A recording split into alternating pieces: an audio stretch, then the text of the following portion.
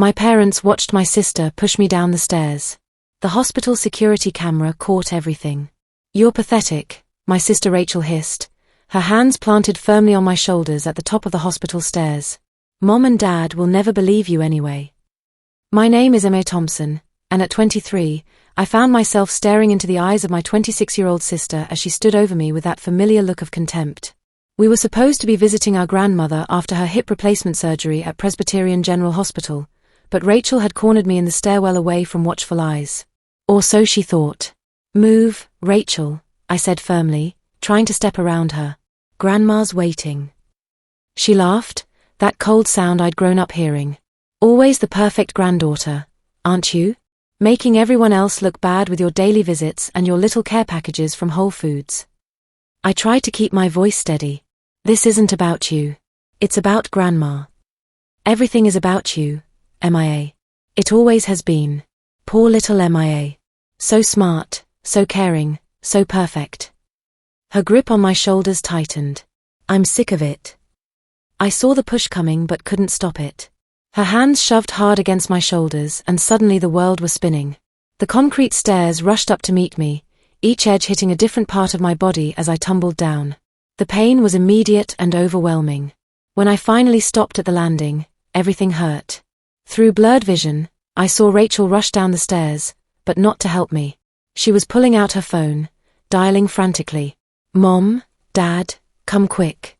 MA fell down the stairs. I tried to catch her, but I couldn't reach her in time. I tried to speak, to tell the truth, but the pain in my ribs made every breath agony.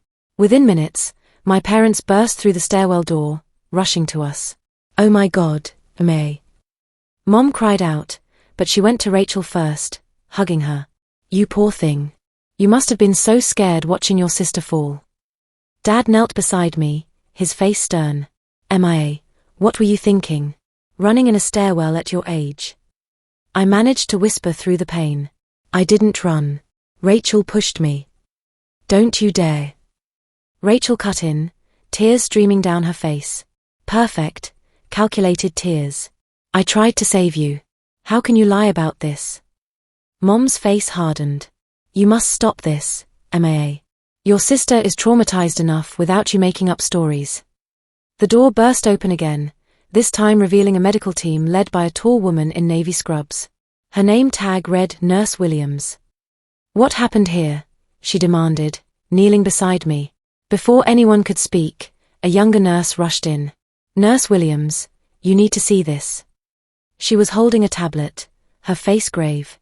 "Not now," my mother interrupted. "Our daughter had an accident. She was running and fell down the stairs. Her sister tried to catch her." But something had already changed everything. Nurse Williams's eyes narrowed slightly. She looked at the tablet, then at Rachel, then at me. Something in her expression shifted completely. "Mrs. Thompson, Mr. Thompson, I need you to step back. We have to examine your daughter." Her tone left no room for argument. As the medical team worked, I heard Nurse Williams speaking quietly into her phone. "Security, I need the footage from Stairwell C. Last 15 minutes. Yes, send it directly to Dr. Martinez and contact hospital administration." My sister's face went pale. "What footage?" That's when we all noticed it. The small security camera in the corner of the stairwell, its red light blinking steadily. It had captured everything.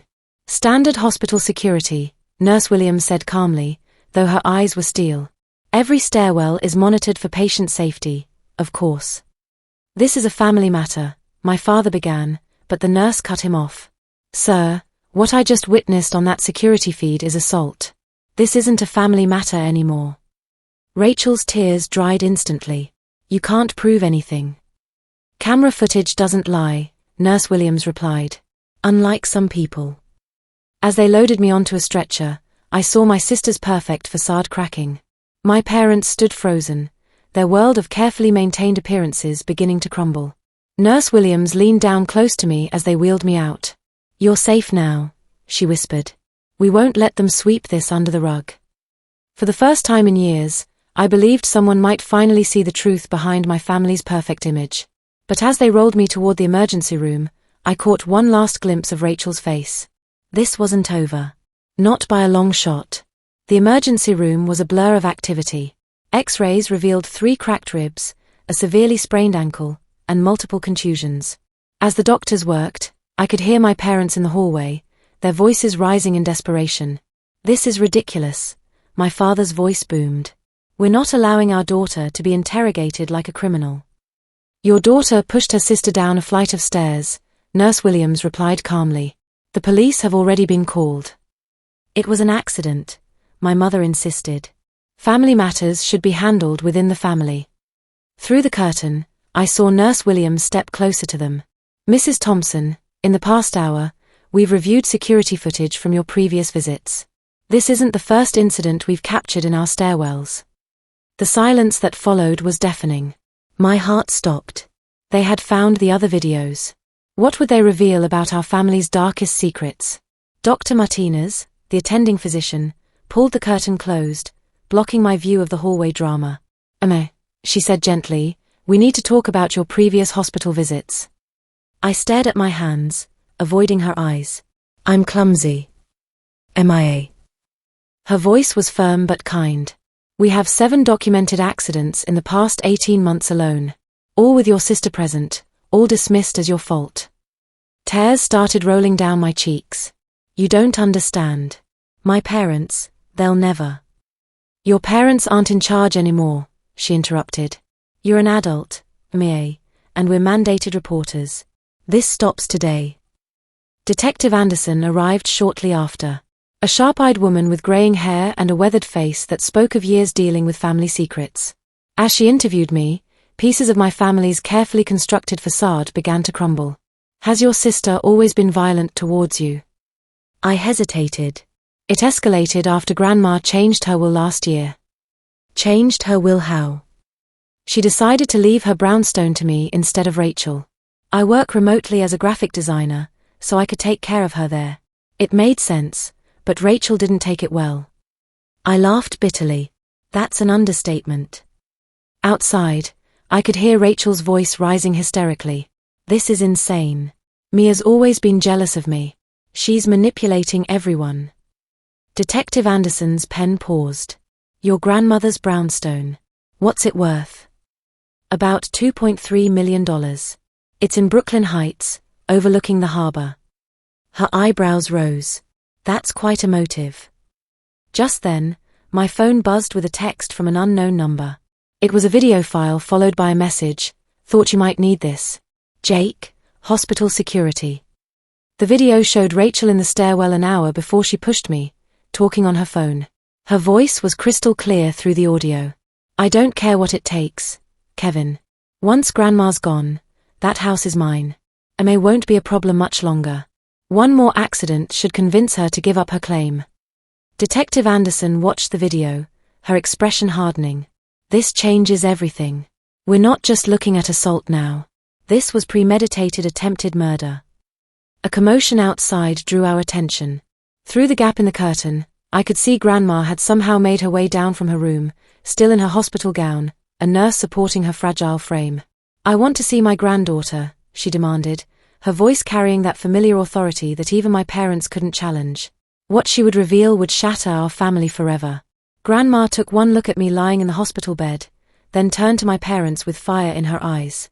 "How long have you been covering for Rachel?" "Mother," my mom started, but Grandma cut her off with a wave of her hand. "I've watched you dismiss Mia's injuries for years. I said nothing, hoping you'd finally see the truth. But this," she gestured at the security footage playing on Detective Anderson's tablet, "this ends now." Rachel stepped forward, her face a mask of practiced innocence. "Grandma, you don't understand." "I understand perfectly," Grandma snapped. "I understand that money and jealousy matter more to you than family. I understand that your parents have enabled your behavior until it escalated to attempted murder." "Murder?" My father sputtered. "That's absurd, Mother. This is just sibling rivalry that got out of hand." Detective Anderson cleared her throat. "Actually, sir, given the premeditation evidence and the height of that stairwell, attempted murder charges aren't off the table. Your daughter could have killed her sister." I watched as Rachel's perfect mask finally shattered completely. Her face contorted with rage as she pointed at me. This is all your fault. You've ruined everything. That house should be mine. Why? Grandma's voice was dangerously quiet. Because you're older? Because you think you deserve it more? Because I'm the successful one. Rachel screamed. I'm the lawyer, I'm the one with the MBA from Columbia, I'm the one who matters. She's just some freelance artist who barely makes rent. The truth was finally pouring out of her like poison from a wound. You're right about one thing, Grandma said, her voice steady. You are a lawyer. You should know better than most that assault and attempted murder are serious crimes. 2 police officers appeared in the doorway, handcuffs ready. As they read Rachel her rights, I saw something I'd never seen before in my sister's eyes, genuine fear. The same fear I'd lived with for years. This isn't over, Rachel hissed as they led her away. You think you've won, but this family will never be the same. She was right about that, at least. Grandma sat beside my bed, taking my hand in hers. I'm so sorry, sweetheart. I should have done something sooner. I saw the bruises, the accidents, but I hoped your parents would finally open their eyes. Why didn't they? I whispered. Because Rachel was their golden child. Valedictorian, law review, perfect job at Morrison & Associates. They couldn't accept that their success story was also a monster. As they wheeled me up for more tests, I caught one last glimpse of my parents huddled together in the hallway, their world of denial finally crumbling around them. But this was just the beginning of the reckoning. 6 months later, I stood in front of Grandma's brownstone, my brownstone now, watching the morning sun illuminate its historic brick facade. The physical bruises had healed, but the changes in my life were permanent and mostly for the better. Rachel had taken a plea deal, 3 years in state prison with mandatory psychological counseling. The prosecutor had wanted to pursue attempted murder charges, but I'd agreed to the lesser charge of aggravated assault in exchange for her admission of guilt and commitment to treatment. My parents, faced with overwhelming evidence of their enabling behavior, were court-ordered to attend family therapy. They hadn't spoken to me since the hospital except through their attorney, trying to contest Grandma's will. They lost. Coffee's ready. Grandma called from the kitchen. She'd moved in with me during my recovery and decided to stay. Her hip replacement had been successful, and together we'd transformed the 4-story brownstone into a true home. The morning routine had become sacred to us. Coffee on the garden level, planning our day, talking about everything and nothing. It was healing in ways I hadn't expected. As I joined her in the sun-drenched kitchen, a familiar figure appeared at the garden gate. Nurse Williams, Diana, climbed the steps carrying her usual Saturday morning contribution, fresh bagels from Russ and Daughters. How's my favorite former patient? She called out, her smile warm and genuine. After the incident, Diana had become more than just the nurse who saved me. She was now a close friend, part of the chosen family I was building around myself. She'd been the first person to see through my family's lies, and that meant everything to me. Better every day, I replied, helping her with the bagel box. Therapy's really helping. We settled into our usual weekend routine. Coffee, bagels with lox and cream cheese, and conversation in the garden. It had become a healing ritual of sorts. Have you heard from them?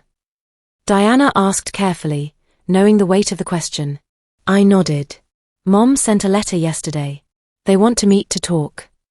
Grandma's coffee cup clanked sharply against its saucer. And what did you tell them? I agreed, but on my terms. At Dr. Peterson's office, with her present.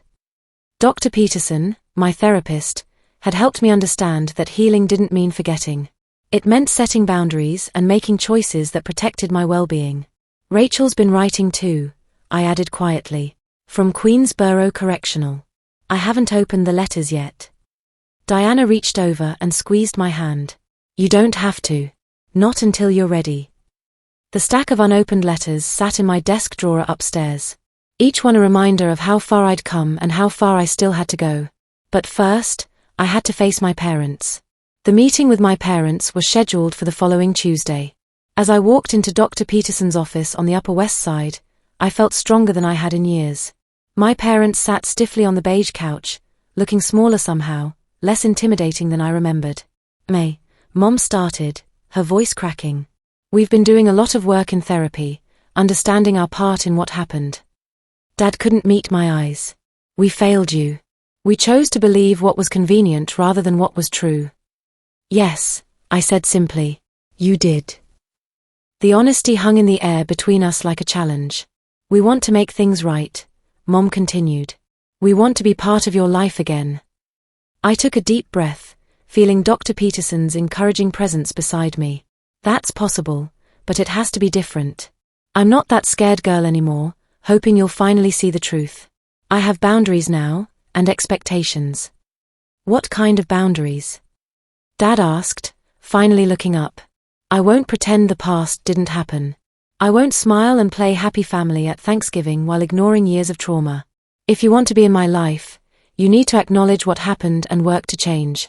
Really change. And Rachel? Mom's voice was barely a whisper. When she gets out. That's not my problem, I said firmly. My safety and well-being come first now. If she does the work, gets real help, shows genuine change, maybe someday we can have a relationship. But I'm not making any promises.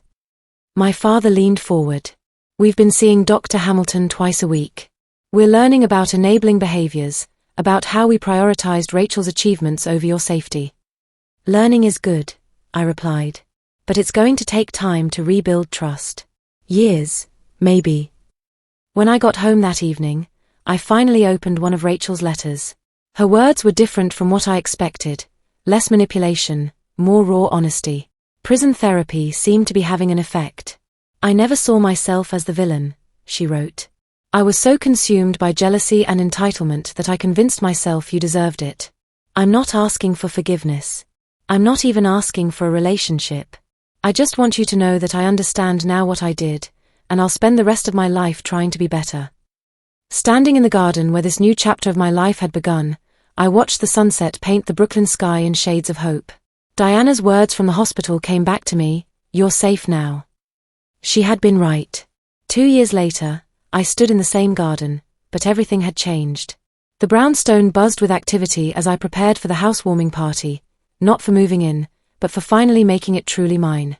My freelance graphic design business had flourished. Working from the top-floor studio, with its northern light and view of the harbor, I'd built a client base that included several major Brooklyn businesses. The stability allowed me to care for Grandma and create the life I'd always wanted. Diana arrived early, as always, carrying flowers from the green market in Brooklyn Heights. "These are from the new vendor," she said, arranging yellow daffodils in one of Grandma's crystal vases. He asked about the beautiful brownstone owner who buys flowers every Saturday. I laughed. "Are you trying to set me up again?" "Maybe. When you're ready." Grandma appeared in the doorway, moving slowly but steadily. At 87, she was still sharp as ever, just more careful on the stairs. "The caterer's here with the setup," she announced. "And your parents just called. They're running late but still coming." The relationship with my parents had been slow to rebuild, but it was real now. They'd done the work, real therapy, real accountability, real change. We saw each other monthly, always in neutral locations at first, then gradually in more comfortable settings. Last month, they'd had dinner at the brownstone for the first time since the hospital incident. Rachel was a different story. She'd been released after serving 2 years, and had moved to Portland to start over. We exchanged letters occasionally, stilted, careful communications that acknowledged our shared past without pretending it didn't matter. She was working as a paralegal and volunteering with a domestic violence organization. It wasn't forgiveness exactly, but it was progress. The doorbell rang, and guests began arriving. Dr. Peterson came with her wife. Jake from hospital security brought his teenage daughter. Neighbors from the block, other freelancers I'd connected with, people from Grandma's book club, a chosen family that had grown organically around us. As the evening wound down, I found myself on the front stoop with Diana and Grandma, watching the last guests say their goodbyes. "You know what I realized tonight?" I said, settling between them on the wide stone steps. "What's that, sweetheart?" Grandma asked. The security camera didn't just catch Rachel pushing me down the stairs. It caught the moment my real life started. Diana smiled. "Sometimes the worst things that happen to us lead to the best things." "The thing about falling downstairs," I said, echoing something I'd written in my journal months ago, "is that once you hit bottom, the only way left is up." The brownstone stood strong behind us, no longer a source of conflict but a symbol of survival and new beginnings. The security camera had caught everything: the violence, the lies, the family dysfunction. But what it really captured was the start of my liberation. Sometimes the best family isn't the one you're born into. It's the one you choose to build from the ashes of what broke you. And sometimes, being pushed down is exactly what you need to finally learn how to climb.